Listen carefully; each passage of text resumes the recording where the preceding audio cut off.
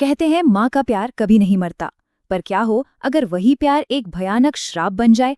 एक गांव की कहानी है जहां आज भी एक सवाल हवा में गूंजता है। बेलपुर गांव की बात है, जहां रात होते ही पीपल के पेड़ के नीचे एक साया भटकता है। ये साया है अंजलि का, और उसकी कहानी बहुत दर्दनाक है। शादी उसके लिए घर नहीं, एक कैद खाना थी। हर दिन सिर्फ जुल्म और तकलीफ। ससुराल में रोज दहेज के ताने सुनने को मिलते थे। और सबसे चुभने वाला ताना कि वो बांझ है।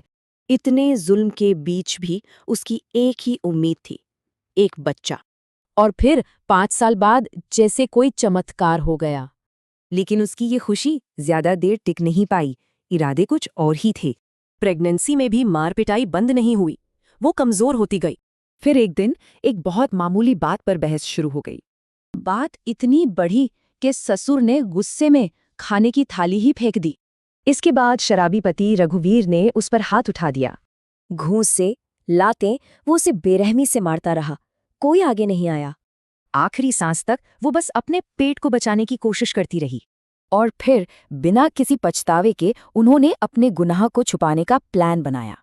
3 दिन तक घर में सब नॉर्मल था, जैसे अंजलि कभी थी ही नहीं। लेकिन तीसरी रात घर में एक बच्चे के रोने की आवाज गूंजी। हर रात डर बढ़ने लगा।